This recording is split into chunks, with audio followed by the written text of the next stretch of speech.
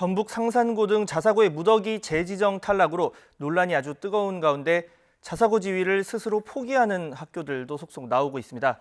학생 모집이 어려워지면서 학교 운영 자체가 쉽지 않기 때문인데요.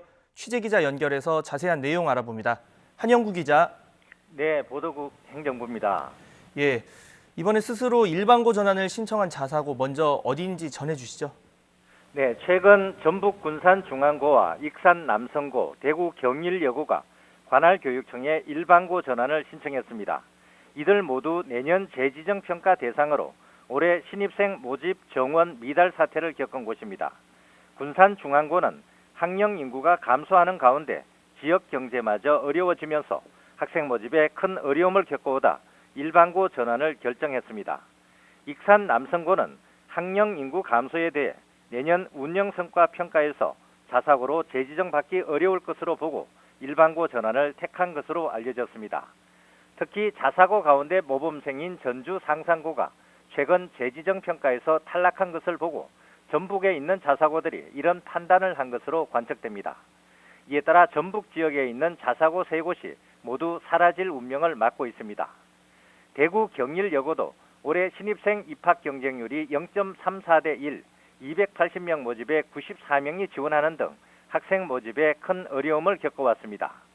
자사고가 처음 등장한 지난 2010년 이후 스스로 일반고로 돌아간 학교는 이번에 신청한 3개 학교를 포함해 모두 14개 학교입니다. 예, 어렵겠다는 자사고 자격을 포기하고 스스로 일반고 전환을 신청한 건데 그만큼 학생 충원이 많이 어렵나 보네요. 네, 그렇습니다.